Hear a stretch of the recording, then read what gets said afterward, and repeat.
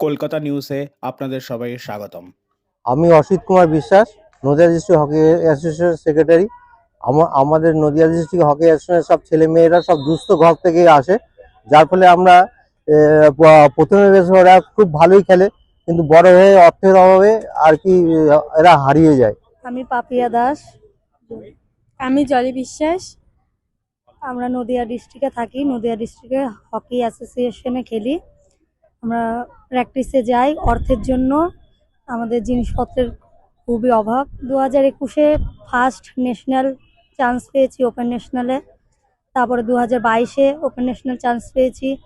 তারপরে 2023-এ school national open national দুটোই chance পেয়েছি।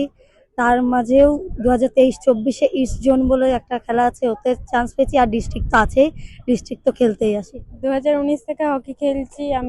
আমার ফ্যামিলির আর্থিক অবস্থা একদমই ভালো না। আমি এবছর স্কুল ন্যাশনাল খেলেছি আর ডিস্ট্রিক্ট খেলি।